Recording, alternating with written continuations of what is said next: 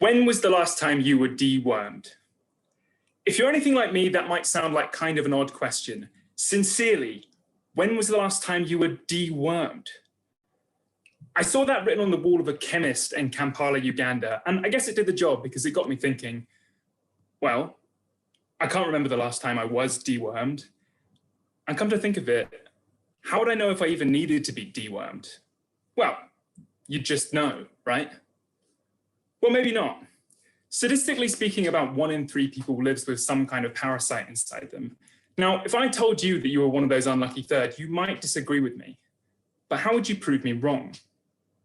I mean, sometimes the symptoms are quite obvious. If you ever had an itchy bum as a kid, it's quite likely that you had a threadworm infection, and those are quite big, so you can see them. But what if they're smaller than that? I'm willing to bet that you don't have a microscope in your pocket. The aim of my research is to put one there. I took this picture while we were in Uganda. We were working with the Ministry of Health's Vector Control Division, a team focused on ridding the country of parasitic diseases. The parasite we were interested in causes a disease called schistosomiasis. It's a worm that enters your body through your skin and makes its way to your liver, where it can live for up to 40 years. It affects 220 million people worldwide, many of them children, and it can result in really serious problems with your heart, lungs, and liver. The left side of the image shows the most common way of diagnosing schistosomiasis. Someone takes some of your feces, spreads it on a microscope slides, and looks for the worm's eggs. It's simple, but effective. The only trouble is you need this big, delicate piece of kit to do it. And if you're 500 miles away from the nearest one, it's not going to be much use to you.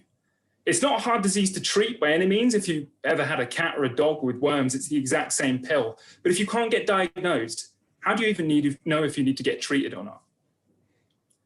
Wouldn't it be great then if we could leverage a small popular item that many people already have in their pockets to automate the analysis of these diseases? This is where my research is focused. We're combining techniques in computational photonics with low-cost mass-market hardware to make miniaturized diagnostics out of phones. It's kind of like Snapchat for poo. If you think about it, the modern smartphone already provides many of the features you'd want in a microscope. They have high-definition cameras. They're able to leverage location data so we can track outbreaks as they develop, and they're great at automated image analysis.